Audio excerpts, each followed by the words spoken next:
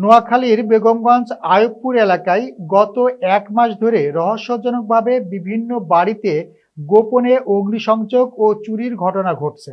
এতে করে এলাকায় আতঙ্ক ছড়িয়ে পড়েছে এবং সাধারণ মানুষ নিরাপত্তাহীনতায় ভুগছেন।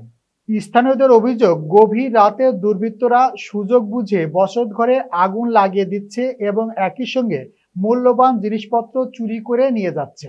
এ পর্যন্ত একাধিক বাড়িতে এ ধরনের ঘটনা ঘটলেও এখনো কাউকে শনাক্ত বা আটক করা সম্ভব হয়নি।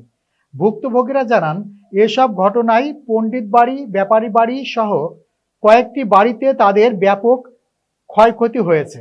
তারা দ্রুত অপরাধীদের গ্রেপ্তার ও এলাকায় নিরাপত্তা জোরদারের দাবি জানান। এ বিষয়ে বেগমগঞ্জ মডেল থানার অফিসার ইনচার্জ শামসুজ্জামান জানিয়েছেন, ঘটনাগুলো গুরুত্বের সঙ্গে তদন্ত করা হচ্ছে এবং দোষীদের চিহ্নিত করে আইনের আওতায় আনার চেষ্টা অব্যাহত রয়েছে।